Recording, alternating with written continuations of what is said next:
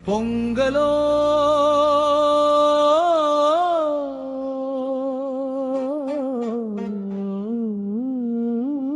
பொங்கல பொங்கல் பொங்கல் பெரும் பொங்கல்.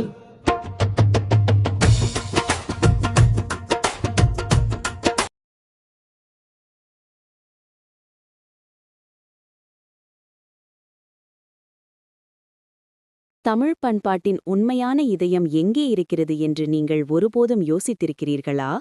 வண்ணங்களுக்கும் சந்தோஷ ஒலிகளுக்கும் அப்பால் நன்றி, ஒன்றுபாடு, இயற்கையின் அருளை போற்றும் ஒரு பண்டிகை இருக்கிறது. அதுதான் பொங்கல். பொங்கல் என்பது ஒரு கொண்டாட்டம் மட்டும் அல்ல, இது ஒரு நன்றி விழா. சூரியனுக்கு, இயற்கைக்கு, நிலத்தை உழுதவர்களுக்கும், உயிர்களை துணை செய்த விலங்குகளுக்கும் செலுத்தும் மனமார்ந்த நன்றி.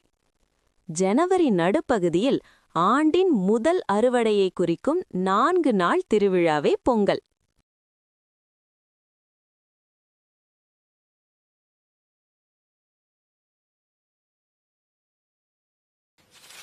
புதியது வருவதற்கு முன் பழையதை விட வேண்டும். போகி பொங்கல் தேவையற்ற பழைய பொருட்களை நீக்கி மனத்தையும் இல்லத்தையும் சுத்தம் செய்யும் யாழ். இது ஒரு அறுவடையல்ல, இது வாழ்க்கையில் புதிய தொடக்கம். சூரியன் உதிக்கும் பொழுது பொங்கலின் இதயம் துடிக்க ஆரம்பிக்கிறது. புதிய அரிசி, பால், வெல்லம் புதிய மண்பானையில் பொங்கி வழியும் அந்த நிமிடம் செழிப்பு, நிறைவு, வளம் என்பவற்றின் அடையாளம். இது வெறும் உணவு அல்ல, இது ஒரு பிரார்த்தனை, ஒரு ஆசீர்வாதம், ஒரு நன்றி. மாட்டுப்பொங்கல் உதவியாளர்களுக்கு மரியாதை. நிலத்தை உழுது வாழ்க்கையை நகர்த்திய உண்மையான துணையாளர்கள் மாடுகள். மாட்டுப்பொங்கல் உழைப்பின் அமைதியான வீரர்களுக்கு செலுத்தும் நன்றி. மனிதனுக்கும் விலங்குக்கும் இடையிலான அழகான ஒத்துழைப்பின் சாட்சியே இந்த நாள். காணும் பொங்கல் உறவும் உற்சாகமும். கொண்டாட்டங்கள் முடிவை நோக்கிச் சென்றாலும் ஒற்றுமையின் ஒளி இங்கே பிரகாசிக்கிறது.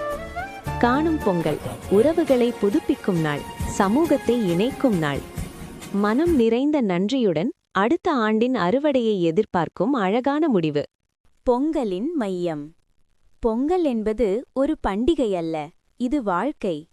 நன்றி, இயற்கை, மனிதநேயம், இதுவே பொங்கலின் உண்மையான இதயம்.